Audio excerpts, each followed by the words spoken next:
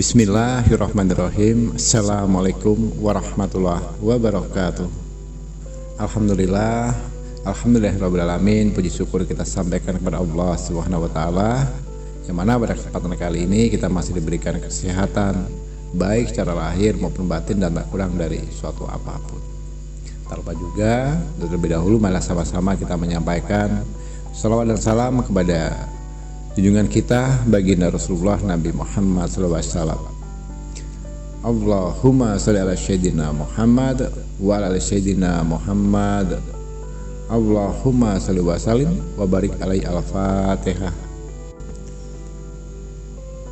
Baiklah kaum muslimin rahimatullah, sahabat jalur surga dimanapun saja berada yang dirahmatullah Allah. Sesuai dengan tema judul di video ini, memotong kuku bisa menyebabkan kaya, dan jika itu salah bisa mengundang suatu kemiskinan. Ada yang pernah bertanya kepada saya langsung, "Abah, kalau memotong kuku itu apa harus ada tata caranya? Termasuk dari mana kita memotongnya? Karena jari kita ini kan ada 10 jari tangan ini ya. Nah, yang kiri ada 5, yang kanan ada 5. Jadi nggak boleh asal-asalan langsung potong saja, tetap yang penting rapi aja. Bukan begitu tata caranya. Karena apa? Kita sebagai umat Islam sudah diajari oleh Rasulullah, cara memotong kuku itu bisa mengundang kekayaan, tapi juga bisa mengakibatkan kemiskinan. Nah, ini yang perlu diantisipasi. Jadi harap berhati-hati. Itu pun masih ada hari-hari tertentu yang mana diperbolehkan untuk memotong kuku dan tidak dianjurkan untuk memotong kuku. Nah, ini harus dicatat baik-baik saudaraku ya. Ini memang betul faktanya, memotong kuku dengan cara benar maka hidupmu akan bisa menjadi kaya, rezeki akan bisa menjadi lancar. Itu betul. Dan kalau kita salah, maka sudah jelas jawabannya, maka sama saja kalian memotong jalan rezeki kalian sendiri dan mengakibatkan kemiskinan. Baiklah saudaraku dimanapun saja berada yang dirahmati Allah. Jadi untuk mempersingkat waktunya, silahkan simak baik-baik.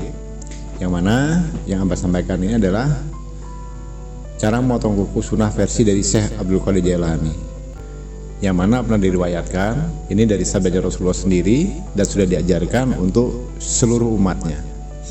Jadi yang pertama yang harus saudara pahami, cara memotong kuku yang benar, pilih dulu harinya ya. Nah, ini harus dipahami.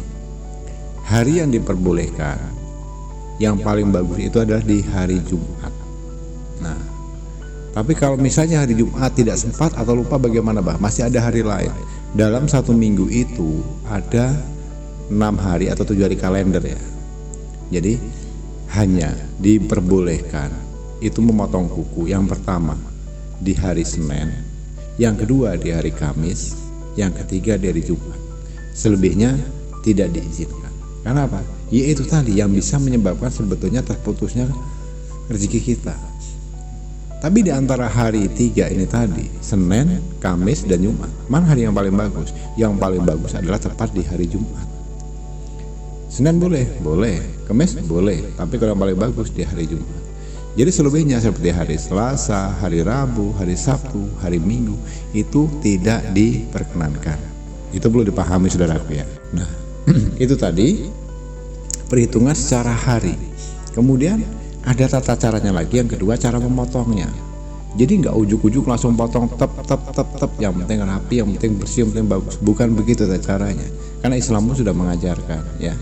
Ini sudah diajarkan oleh Rasulullah kepada istrinya sendiri dan keluarganya, termasuk kita untuk seluruh umatnya. Jadi untuk memulai memotong kukunya itu dimulai dari jari tengah dulu. Nah, katakanlah begini. Jadi di tengah kanan kita ini ada 5 jari.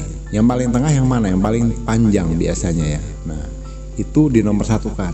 Artinya terdepan yang paling tinggi dulu. Itu jari tengah. Lalu melompat pada bagian jari kelingking.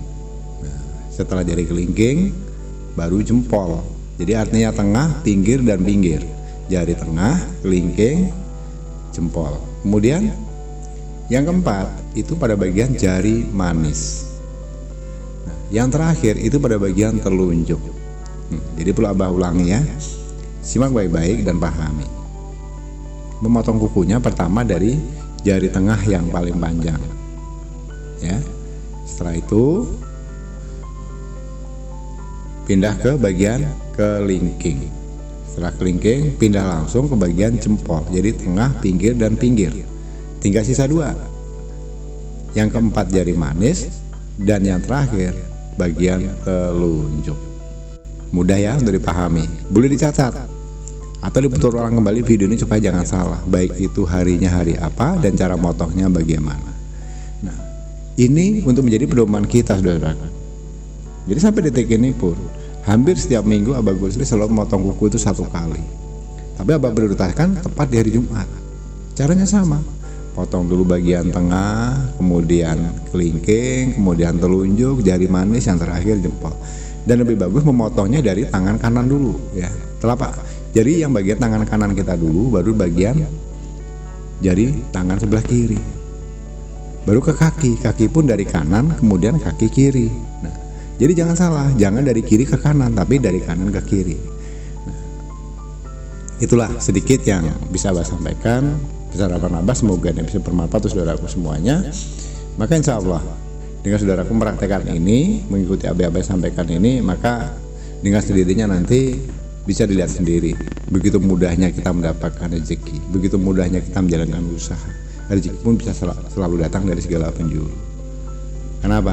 Memang betul sesuai dengan ada di judulnya, memotong kuku dengan cara benar akan bisa mengakibatkan kaya. Itu betul faktanya. Silakan dipraktekkan.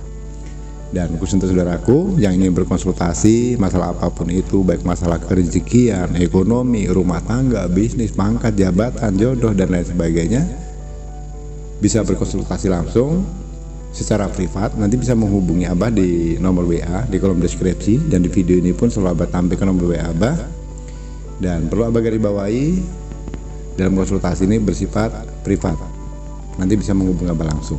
Insya Allah apa masalahnya pasti Abah bantu. Tata caranya dengan mengucapkan salam, Assalamualaikum Abah, saya atas nama ini dari kota ini dan hajatnya ini. Silahkan sampaikan saja, nanti pasti Abah balas walaupun tidak secara langsung karena begitu banyaknya chat yang masuk. Jadi bergiliran, mohon untuk bersabar. Tapi insya Allah semuanya pasti Abah respon. Itu saja penyampaian dari Abah, kurang dan lebihnya mohon dimaafkan jika ada salah penyampaian, kata-kata pengucapan, dan Abah juga mengucapkan terima kasih telah menyempatkan waktu menyimak video dan audio ini hingga selesai. Di akhir kata, Abah akhiri dengan wabillahi taufiq wal hidayah. Wassalamualaikum warahmatullahi wabarakatuh.